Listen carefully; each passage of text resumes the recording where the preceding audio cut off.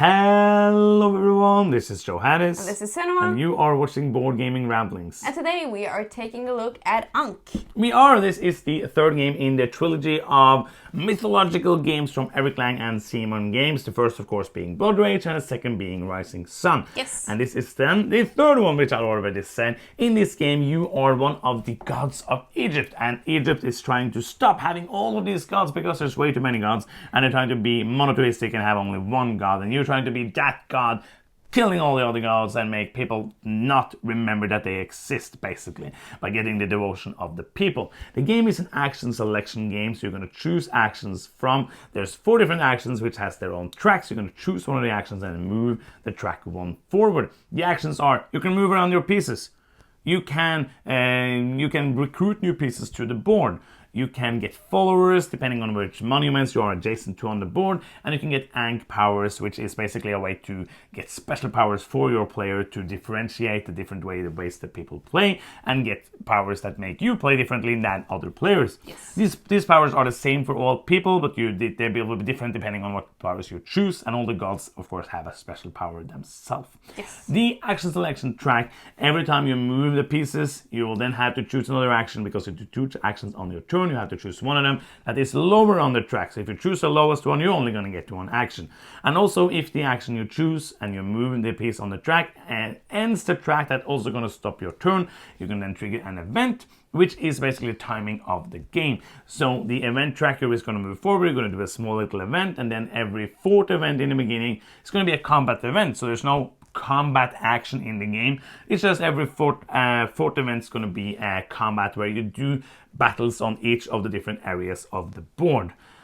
Then you're going to continue doing that. You're going to get events that actually makes the board into more areas. And then after a while in the game, you're going to go up to this super strange thing that happens where 2 players suddenly decides to say, hey, shouldn't we just play a co-op game to win over the first player? And that's what happens. So 2 of the gods are going to merge. The 2 gods that haven't done the best thing is going to merge together and become one god, and then they're going to try to kill or win. There's no killing of gods there, they're trying to win of the other god. Yes. That's what you do in the game, and just so you know, this is a review copy that we got from Simon, from Asmodee. We also have backed the Kickstarter, but we haven't gotten that yet, so this is we're only going to talk about this as the base game that you can buy in the stores. Yes. And this is also going to be a first impression. Yeah, and keep that in mind, because we've only played this twice. Yes. One with 2 players and one with 3 players, and we just want to share our first impressions of this game.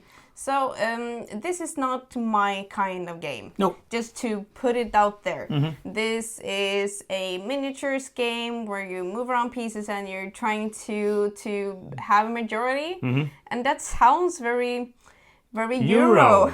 And you do like area Yes, majority games. I do. You do like area control games. Yes, but there's a lot of positive things to say for this game. I think both how you choose your actions, the track, and also how to manipulate that timing to benefit you the most. That is really interesting. I think that for me is the most interesting part of the game. Yes, that is one thing that I really enjoy. The other thing that I think is super cool is the cards that you play in combat, because that can really trigger some need to double bluff your opponents. Or triple bluff, or quadruple bluff. Yeah, because that is, he's taken some inspiration from Blood Rage, I feel like. I don't remember quietly how Rising Sun does that. You bid on different actions with coins behind your... Yeah, so you Very different from that. You can play cards that if you know you're gonna lose, you get points for the miniatures that are killed. Yeah. You can play a card that lets you survive even if you lose the fight. You can play plagues, you can play like bonus strength to that area. So there's a lot of variability other than just having the most power and you win the area. Yeah, I think it's really cool because the fights, basically what you do is that each figure is 1 base strength. You have different abilities to make them better. And you play a card, you flip it, you do the card, and then you will see, and then there's actually also a majority of the monuments. You're trying to have the most of a different monument there to get a point, because points, there's not many points, like 31 points, and you instantly win the game. So 1 point is very important to get. And I think that like the combat, as you said, you play a card and you resolve that card and you add the strength to see who wins. And the thing that is really cool with that is that I feel like every single genius idea I thought I had 2 seconds later, I saw that, oh, Yeah. but if you then played that card, Yes. you negate that. Yep. So you have to double bluff, and also the cards you play end up on the table. So if you play like a kind of like a Concordia, where you play one card, you get them all back in your Yes. hand, and that means that when if I see that you have already played that card, that Yes. is really good, and my area where I can do that super move is early in the order, so you will probably not be able to get those cards back again, and I can plan for that and get those, boom, getting a lot of points, and I really enjoy that. Like you really have to think about the order of the combats are really important because of the cards playing, because getting 1 point for winning is good, but if you can get like 4 or 5, that's going to be huge when there's only like 31 points to win the game. They can make a huge difference, and it also like really important, or not important, but it's a very, very nice thing to have a lot of followers, because then you have kind of the power to Got the power to kill all the other people in the plague. Yes. And also to get some bonus points here and there, and also to upgrade your Ankh powers to get even more power and more points. So getting followers is really nice. Yeah, so the two things that I'm like, because the more I think about it, the more positive things I have to say about this game, and like the timing of the action mechanism, like trying to time. Oh, but I don't want you to trigger that next event. I want to have the power to trigger the combat event, because then I get the tile that I can win a tie, and also I can time it so that if I can do a move and then I can trigger the combat event, I can then move in here into this empty area, or move over here so that I now have the power here. I can move this, the timing here to And set also, yourself up. I'm going to do this action this turn, because then you can't do 2 actions on your turn. Oh, yeah. You're not only then you're only able to do 1 action. That is really clever. I really like that, and I also love the fact that you start with, depending on the different scenarios you play, there's different like setups in the book. You start with maybe 3 areas in the game, and at the end there's going to be like 6 areas in the game. So you're gonna and the power to be able to choose how to put them up, like to divide those, is also very important. So you have to time, though, depending on how you play and depending on the board state. I found it very important to not let the enemy have it. Like, it's not very important where I put it, but I cannot have it there. Yeah. That is like... So I think that is kind of like the thing I enjoy the most. So, and basically that is the whole game. Like the timing of choosing the actions. The actions are very simple, but the order you do them and the actions you choose are important. And then suddenly they can be like event. So it can go move very quickly. Yes. I think that works really well, and I love the combat. And that's basically like 80% of the game. Yeah. And that is 100% of the game if you play 2 players. So let's talk about 2 players before we talk about the merge action. Because this might be the best arena control game I've ever played with 2 players. Oh, it works very well with 2. Extremely well, like surprisingly well.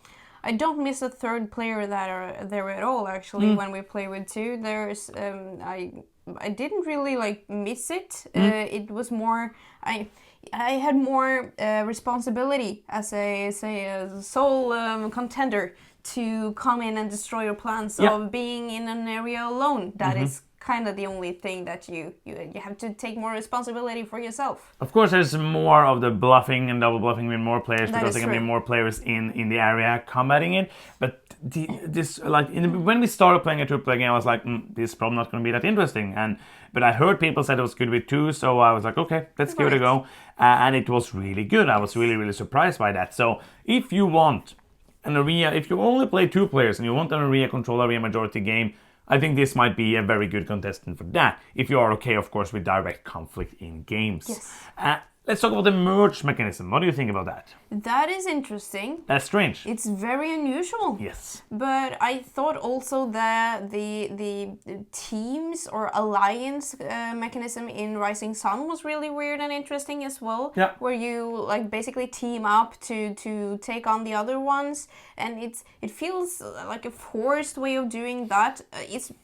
We haven't played it with 4 or 5 people. No. That might be very different, and it will, because also there will be like 2 and then in one part of the game, like towards the end, if you're still in the like baddest, worst the red of the devotion zone of the devotion track, you're out of the game. You're out of the game. That is very, very strange. But merging in itself, we had a very interesting moment there when we had merging in our game. Just to touch up on that out of the game thing, like, because that's very close to the end of the game. Yes, absolutely. So if you're playing a 5-player game and one player goes out, that's going to be like 15, 20 minutes depending on the players. That's not too bad. I think the merge thing is a fun thing. I think it's a good thing, but it basically turns a competitive game into a co-op game, which will slow the game down. Yeah, it will slow the game down. Yeah.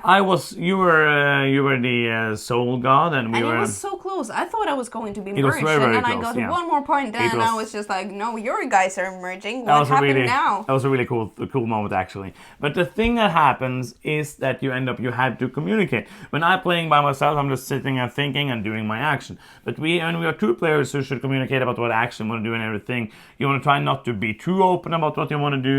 Not like, oh, let's play this battle card, and you look at the card. So it kind of slows down the game, and I'm not a fan of that, because, and also I'm not a fan of co-op games, so it kind of makes it into a co-op game where I have to discuss and talk about all the things we want to do instead of just doing anything I want to do, and I do not like that.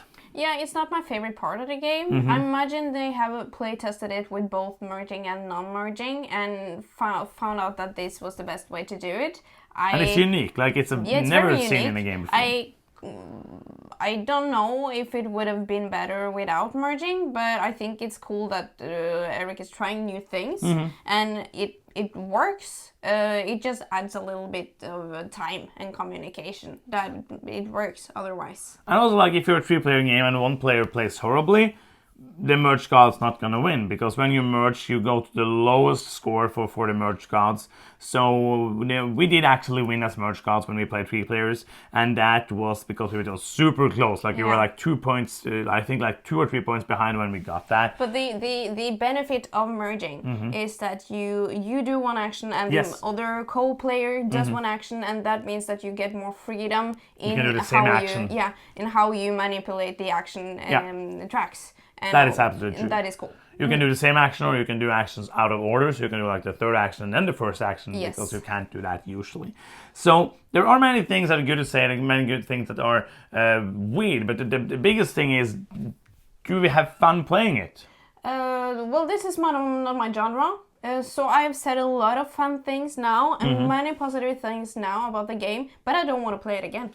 No, please not. And it's like it's really weird, because like, and this should be another episode, because this is like one we actually talked about this quite a while after we played the game, and it's so weird because but it has to be like the direct conflict that you do not like. Yes, absolutely. But I can't like explain why. Yeah, but I don't have enough fun when I play it. Even though I can see that there are a lot of good things in this game, and it's a lot of interesting decisions. A lot of the decisions I do, I have fun when I'm taking them. But overall, I'd rather play something else. Oh, yeah. Because this is not my taste or style in games, but and that is okay. Is it because of the combat? I think so. Yeah, but you chose to keep Blood Rage, right?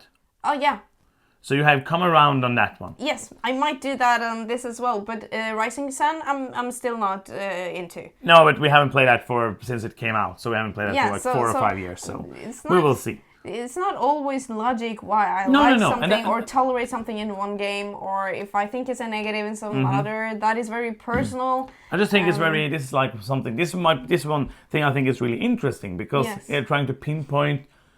Because you're not like completely sure about what it is, so it's really interesting to try to pinpoint that. I think, but that's not that's for another video. Now I'm feeling like a journalist who is writing about like climate crisis, who is a climate denial person. Like, I'm trying to be objective, but I still am a person with subjective feelings. And I think that's really cool, because opinions. There is so many positive things to say about this game, but it's not my favorite game either. Yeah. Like there's so many good things. Like, I love all the bits.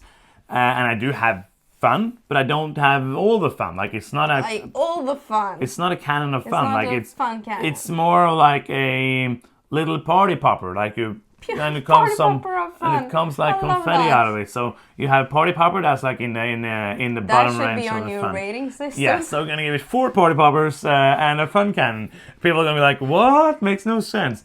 So yeah, we're not gonna do like ratings, but I can do like an initial rating, like if it makes sense. If this is, we're probably not gonna have time to do a full review. That's like the gist of it. We're gonna see more of these first impressions coming forward now because of Spiel, because there's so many games coming out. We will rather give you more first impressions of more games than fewer full reviews of fewer games. So that is how we're doing things. And most of the time, and this is not gonna be like, this is not like an excuse for not doing a review, but most of the time, my feeling does not change after 1 or 2 plays. Yes. So if we had also gotten to play this with 4, I think I would have probably been able to do a review, just so you know that. That's like because I don't usually, few times my views of a game change, like the 3rd or 4th time, but most of the time, after 1 time, I know 80% what I feel about the game, and then for the most part. absolutely, depending on the game, Not of always, course. for the most part. I think like an initial rating for me is going to be a 7. I think it is a good game, not amazing. Yeah, if I would do a rating now, it would be unfair, but it's an average game for me. That's fine. It's not unfair. It's your opinion. I don't want to play it. I don't want to keep it, but I can see that there's a solid game underneath the direct conflict that I'm not enjoying. I cannot wait to get our Kickstarter pledge.